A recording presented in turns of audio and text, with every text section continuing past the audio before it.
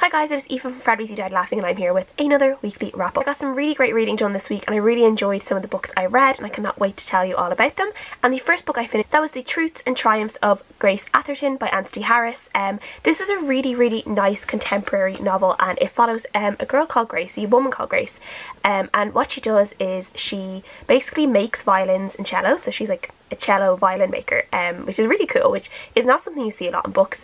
And at the start of the book we are seeing her, she's in Paris with her boyfriend, and we learn very quickly that she's actually this man's mistress, that this man is married, he has a family, and he doesn't want to leave his family until his children are a little bit older, and but he's promised her they are going to have this like big life together and stuff, and she's completely utterly in love with this man. This one thing changes where basically her whole life kind of turns upside down and she ends up having to reevaluate everything in her life, and she ends up kind of getting over like these massive heartaches in her life with the help of a couple of people that she knows. They kind of help her and they end up going to this competition where she has entered this cello that she's made, and it's this really big deal, and it's kind of a way, like this journey of her getting her confidence back, and we learn about her time in college when she wanted to be a professional player and why that didn't work out for her. This book is kind of one that I was like, okay, it's going to be like a really nice read for this time of year, kind of just something soft and gentle, and that is what it was. But I did not expect that I was going to fall head over heels in love with this book. Like, this has probably been my favourite book of the year so far. No, it's only like the third week of January, but it's like probably my favourite book of the month at the moment anyway. And there was just something about Grace who, she just really like burrowed herself into my heart, and I just really loved her. And the thing is that she is this mistress, she's knowingly in this relationship with a married man with children, and there's all these kind of things where you're like, you know, you probably shouldn't really like her, the fact that she is willingly doing this and she's willingly being the other woman, and there is this cheating going on, which I know a lot of people wouldn't be fans of. But the thing is that there's something about Grace's emotions that are laid out in this book, and about her emotions and her feelings, and the love she has for David, who is her boyfriend, and the love that they seem to have for each other, the love that he seems to have for her as well, is so genuine, and so there's something so real and beautiful about it that you can't help but fall a little bit in love with their relationship as well. And that's how I definitely felt. And then when Grace was going through like such a hard time in the middle of the book, I genuinely felt my heart breaking for her. I just feel like you don't get those connections to characters very often, and when you do, it is special, and I do feel like I had a very special connection with Grace, and I don't know why, because she's a completely different person. Like, even the way her life, like the fact that she is very musical and really artistic in that sense, she's completely different to me because I am not musical at all, but there was something about her that just really touched me and really burrowed herself into me, and yeah, I ended up having this really nice connection with her, so it really made for me the reading of this book. I will say it did slow down. The first half of the book seems to be is quite slow and it's a little bit drawn out, particularly the relationship between Grace and David, and it seems to go on for a little bit. But then the second half of the book, which is mostly focused on the competition, which is probably one of my favourite parts of the book, I felt like it was a little bit rushed, and I would have liked more time with the competition and with Grace getting ready for the competition than maybe the explanations of the relationship between her and David and the complexities there. So yeah, I would have liked more of the second half and less of the first half, if you know what I mean. But overall, I loved this book. This is a book that you can listen to classical music with, and it just goes so well. The author did link a playlist to me that she has created for this book, and I will link that below if anyone wants to read the book. I would say to give the playlist a go as well while you listen to it, but I've been listening to some of the pieces that are referenced in this book since I've read it, and I've really enjoyed them. They're just really nice to listen to while you're reading any kind of book.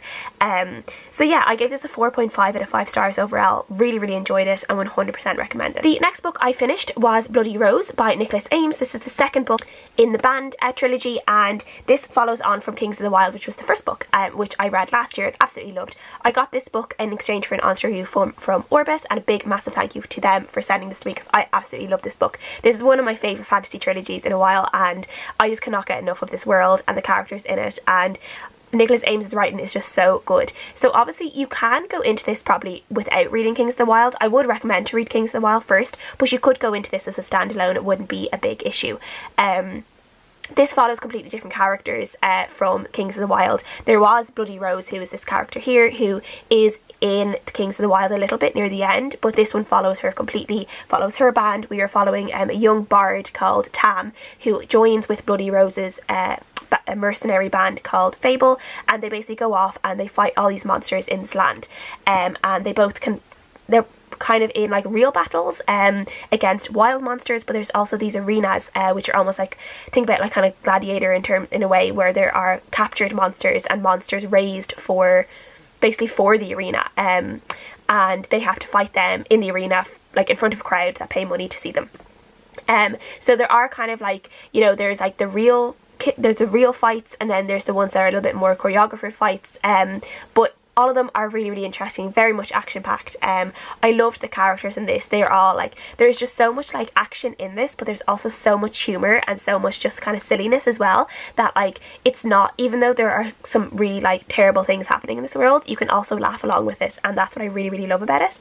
I also really enjoyed kind of some of the issues that Nicholas Eames raised in this book, about the whole kind of the moral dilemma of raising these monsters to be killed in the arena, and how actual, like, you know, how it isn't actually a good thing, and how it's quite barbaric, and how, you know, it used to be that the monsters were the monsters and the humans were the humans, and now it's kind of that the humans have turned into monsters in a way, and they are the ones that go bump in the night, which is something that is said by one of the characters in this at one point, which I really enjoyed. So I liked the fact that there was this grey area that was being like kind of developed in this book and talked about and investigated, and the characters are really kind of thinking about like kind of the things they are doing and how some of them are wrong, and yeah, I really enjoyed seeing that. And the end of this book, like, it's such an epic battle at the end of this book. I really, really enjoyed it. There was an epic battle at the end of Kings of the Wild, and I didn't think things could get much bigger than that, but I think they have in this one.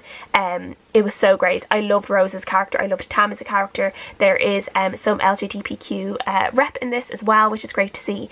There was something that happened at the end of this book that I kind of guessed was going to happen, but I hoped wouldn't happen, but it did, and it completely broke my heart.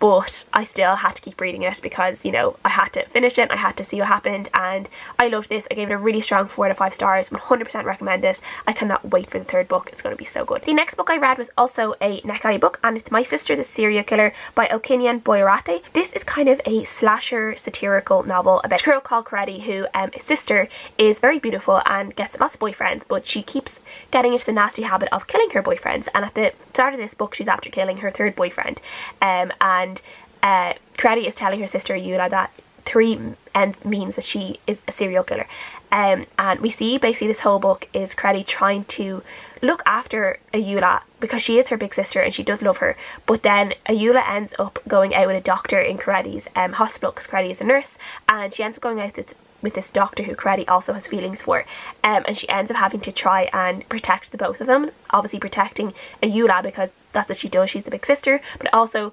protecting the doctor because, you know, Eula does have a tendency to kill her boyfriends. So we see kind of there's a lot of like kind of there's jealousy, there's family issues, there's jealousy there, but there's also, you know, a sister's love for each other, and no matter what she's probably always going to help her sister and be there for her sister. This book wasn't as good as I thought it was going to be, I will admit. It wasn't as satirical as I thought it was. It wasn't as funny as I thought it was going to be. Like, for satire tends to be kind of funny, and it tends to be like in your face funny a lot of the time, and I felt like this wasn't actually that funny, and it was actually more serious than funny. And like, I don't have an awful lot to say about it except that, like, I liked it. It's a very fast read. It's only about like 250 pages or so, maybe a little bit more, maybe a bit less, less than 300 pages anyway, so it's one that you can read really, really quickly. The chapters are very, very short, so you do speed through it. I wasn't completely like just blown away by anything in this book, because I feel like this book has gotten a lot of hype, but for me it was just an okay kind of book. It didn't really blow my mind in any way, so I gave it a 3 out of 5 stars. And the next big book I finished was Just a Groom by Laurie Twizel, and I'm actually on the second book in this series, which is Take the Reins, which I'm on 70% through, so I'm going to include this in this wrap up as well because I'm almost finished it. I'll be finishing it tonight, and I pretty much know my rating for it already. So Just a Groom follows basically is a horsey romance novel, and it is about a groom called Elsa, and she is working for her friend, and their favourite horse has basically been brought to a different rider who is a very, he's a very famous rider, he's very rich, he's very good looking, and they're very upset that this horse that they have worked on for a very long time in the show jumping and eventing community is after being moved by the owner to this new guy, and they're very angry at him, but he is very, very good looking, and he ends up deciding that he fancies Elsa and wants to go out with her and starts to pursue her, but she is trying to, she's trying to resist his charm, but it's not really working. So this is just like a romance novel set in the horse world. I will say there's not a lot of action in this. There's not a lot that happens besides them just going around, going to these shows, doing horse riding, lots of horse talk in it. But if you want just something that's set in the horse world and horsey novel, this is perfect. This is self-published, I think, so there are some editing errors in this. It's not like completely clean the way it would be if it had gone through publishers and gone through a more thorough editing process. No, it's not terrible, but you can kind of get over those. I think once when you understand you are reading a self-published book, you can kind of get over those errors. It's not a big deal. And there are some kind of styling issues with the two of these books where I felt like it's in third person, but it would kind of switch person, so you'd be getting things from Elsa's point of view, and then suddenly you'd be getting Frederick's point of view, who's the love interest, or her friend Ava's point of view, and it would kind of mix and match, and it's a little bit jarring at first because you're like, oh, but like who am I supposed to be following? Am I supposed to be following Elsa, or am I supposed to be following Frederick? I don't know.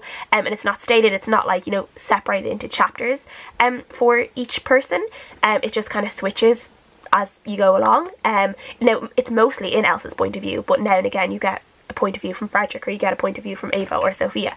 And I wouldn't be mad about that style, but like as I said, I did get used to it, and I'm used to it more in the second book as well, Take the Reins. So yeah, I gave this a 3.5 out of 5 stars. I did enjoy for what it was. It was quite steamy actually at parts, which I wasn't expecting, but I did enjoy. So it is a little bit steamy, lots of romance, lots of horses. So if you're into horsey novels, I would definitely recommend this. I love finding new horsey novels to read, so I'm really glad I found this one, which was just through Kindle Unlimited. First book, Just a Groom, I gave 3.5 out of 5 stars, and then I think the next book, Take the Reins, will be between a 3 and a 4 stars as well. So you can watch out for that on my Goodreads. I will probably have a written review up very soon for that. So that is everything I've read this week. Please let me know what you guys think, and I'll see you guys again next time. Bye!